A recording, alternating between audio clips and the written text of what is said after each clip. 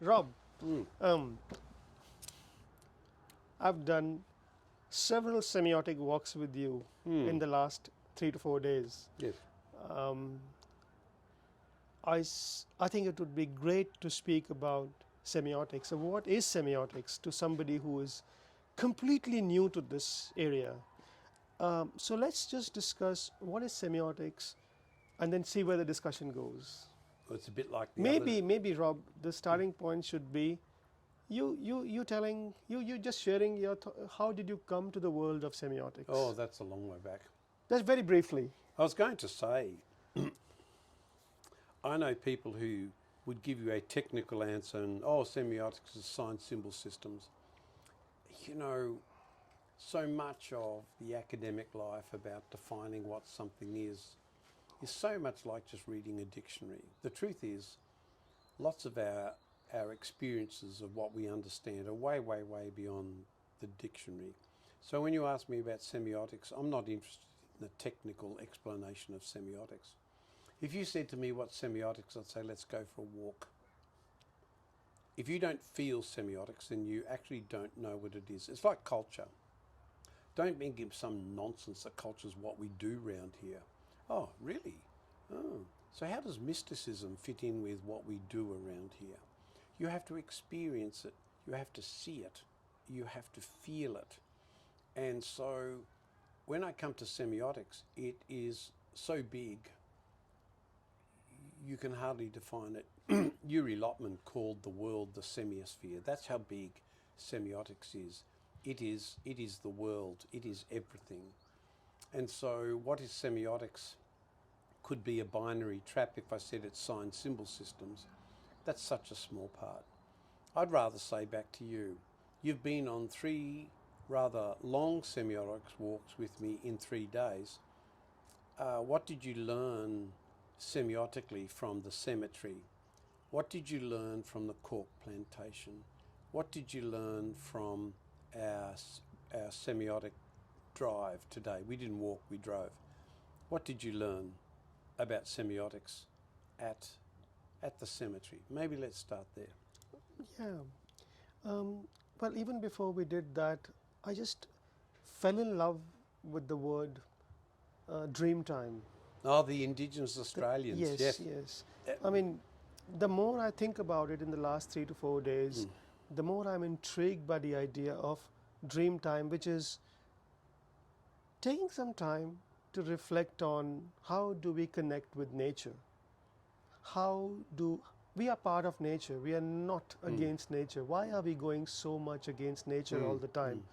And that thought itself is so fascinating, and it's my limited view of what semiotics is all about, is that when you walk into nature, when you go for a walk, doesn't matter whether it's a safety walk or it's a forest walk, how do you feel, how do you see, how do you hear, how do you resonate with nature? Yes. That stood out to me. And the more non-rational you are, the more poetic you are, the more relaxed you are, the more the nature talks to you. Yes, absolutely. Yeah, I mean, just take the example of cemetery. You asked the question, how much one could draw from that experience of going and walking into a cemetery. Here is a few people who are supposed to be buried in this place, the privileged ones, and everyone else on a completely different side. Yes. Yeah. How much of it is about geometry? How much of it is about something like a penis protruding upwards? Yes, a phallic symbol. Yeah. And the point is that one needs to recognize that everything is significant. Yes. Everything. Yes. No matter what you see has a meaning, has significance. Yes. Nothing never happens. So as an anthropologist, you very quickly come to terms with the idea that everything is there for a reason. Yes. And you got to figure out, the more you connect with the world around you, the more you live and feel and resonate with it, the more you will draw. Yes. The more you try to make rational sense of it, the more brain-centric you get about it, the more you start to lose it. And to me, one of the most powerful thing was, there's a few things. One is that when you see something, don't look at it as a unique thing. There are many other patterns around you that would look something like this. Yeah. So when I looked at that symmetry and the boundary around it and the phallus, It was a very, very unique place. indeed. And when I look back at Hinduism, and Yes. we have Shivaling, which is Yes. the Lord Shiva's Yeah. penis and Yeah. his wife's vagina. It's the same symbol. Yes, it is. Yeah. And how come two cultures that had never Oh. met in time and space share the course. same symbology? Yeah, Yes. that was powerful. The other thing that the more one becomes relaxed, the more one starts to see things, the more you can connect with other cultures, the more you can connect with other races, other ethnicities, so Correct. you're not the only one facing a problem. There are many more who have lived this problem, Yes. and many more who will live this problem. Yes. So one of the big takeaways for me was, and I've always believed in this, that once you go deep into any culture, there are no cultural differences. These are all symbols of mortality. We have human beings know, we are one of the species that knows that it's mortal, and we have found our ways to avoid or to claim eternal life, To deny. to deny death and to Yes. claim eternal life. So that was one big takeaway, that there are other cultures that share the same symbols and myths. Yeah. The other thing that I found very powerful was, Rob, that where is the power? Who has the power? Who has the power? Never assume that this place is power neutral. Nothing is power neutral, whether it's nature or it's artifacts of human culture. Everything has power embodied in it. And it's only when you look carefully at it, you will see power Yep. in everything. Yes. Whether it's a cemetery or the museum or Yes, the wherever we yeah, went. we went. One could recognize power. The third thing I felt was very powerful was understanding that there is dialectic, that understanding that what you're seeing, the opposite of that also exists. Some people would call it paradox, some people would call it trade-offs, some Yin people would yang. call it byproducts, and The Buddhists call it yin yang. yin yang, yes. Mandala, for Mandala, example, yeah. yeah. So when you, and it's so easy that when you see something to get so imbalanced that I know what this is. Yes. But once you contemplate, once you start to question a little bit, you can also see the opposite of it. Yes, yes. And I think living in that paradox, living in this idea that I'm seeing a tree which is half of nature and half of it is nature extracted from it, Yes. which is the cork tree. We Yeah. you take the shell out from the And we use the bottom half of the tree for cork. for cork. Yeah. And just you're able to see a lot more than you normally see when you adopt this semiotic way of living and being. Yes, and the word connected to semiotics is the word semiosis, which is how do human beings construct meaning by their view of the world. And one of the beautiful things about the Aboriginal dream time is very much like Lotman's idea of the semiosphere. For the Indigenous people of Australia, the world is the dream time.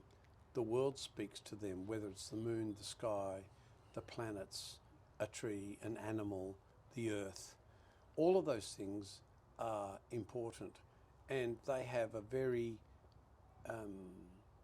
unique view of what for them is sacred. When you go into the world of technique, the modern Western world of efficiency, there is nothing that's sacred except money. And when you end up with the contrast of like that, you actually need a pair of semiotic eyes to see the difference. And I often take people on a semiotic walk and they don't see anything. We stand there in front of something which I think, am I the only one who sees this, And we've got 20 people on a semiotic walk or a drive, and we stop and say, okay, what do you see? And they don't see anything. Okay. So it takes practice to be semiotic.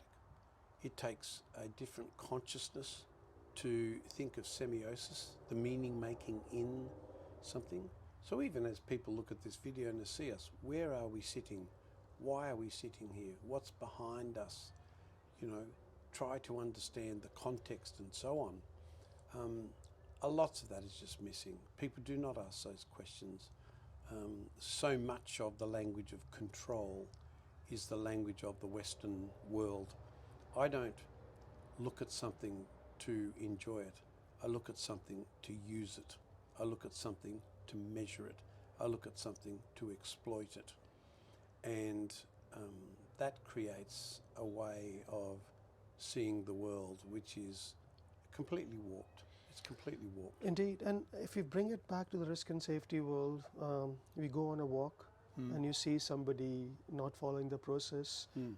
The default position is to bully that person, to control that police person. them, yes. Or sometimes we do recognize that this person might be facing some mental health issues and so on, and give them a pill. So the point is that we never actually relate with that person. No, we don't connect at all. We don't need to. No. We've got the controls in place. Absolutely. Yes. So in a way, what you're saying is that when you see the world through the eyes of semiosis, Yes. through these semiotic lenses, Yeah. you see them much more as something or somebody to be controlled. When I see the world semiotically through semiosis, my first question is, how do they make sense of their world? So I don't assume that I see what they see. In fact, it's clear they've seen something differently, and so they respond in that way. So I've got to get rid of my eyes and get behind their eyes. You can only do that with a conversation. You can only do that with open questions. You can't do it with interrogation. You can't do it with audits. You can't do it with inspections. You can't do it. So I have to let go of my agenda, get into their world and say, tell me what you see. Brilliant. Absolutely brilliant. Yes. It's very, very hard to do. We come to realize how limited our worldview, our senses, our culture, our ethics are. Yes. Yeah. Yes. It's great. Thank you, Ron. Okay. It's great. Yes.